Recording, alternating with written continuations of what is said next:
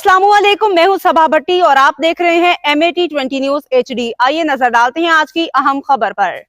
खबर शामिल करते हैं लालिया से, जहां हमारे तहसील रिपोर्टर मोहम्मद इमरान की रिपोर्ट के मुताबिक जामिया किफ़ायतुल कुरान का एक और एजाज़। डिस्ट्रिक्ट सीनियोट में अव्वल पोजीशन हासिल करने वाले हाफिज वक्कार की हिफ्ज़ कुरान की दस्तारबंदी। तफसीलात के मुताबिक डिस्ट्रिक्ट सीनियोट में मंशियात आगाही मुहिम तकारीर में अव्वल पोजीशन हासिल करने वाले हाफिज वक्कार ने कुरान जैसी दौलत को अपने सीने में महफूज कर लिया।